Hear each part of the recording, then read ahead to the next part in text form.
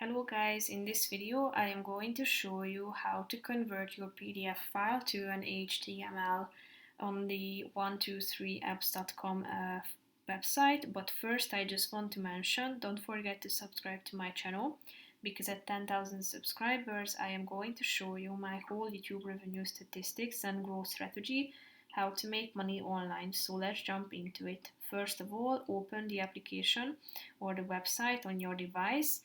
Then you should slide or scroll down to the PDF tools section and click on this PDF to HTML. Then click on the choose file button in the middle of the screen. Select a PDF file from your documents that you want to convert. Click on upload. As you can see, your file is being processed, but in a few seconds you will be able to check out the result and download it.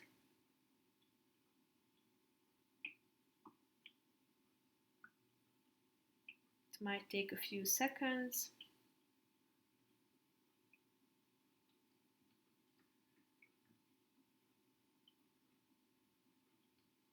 Now click on download.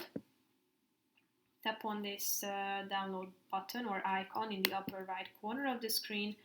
Click on this document, and here you will be able to find the result. Then go back, and that's pretty much it for this video, guys. See you in the next one. Bye bye.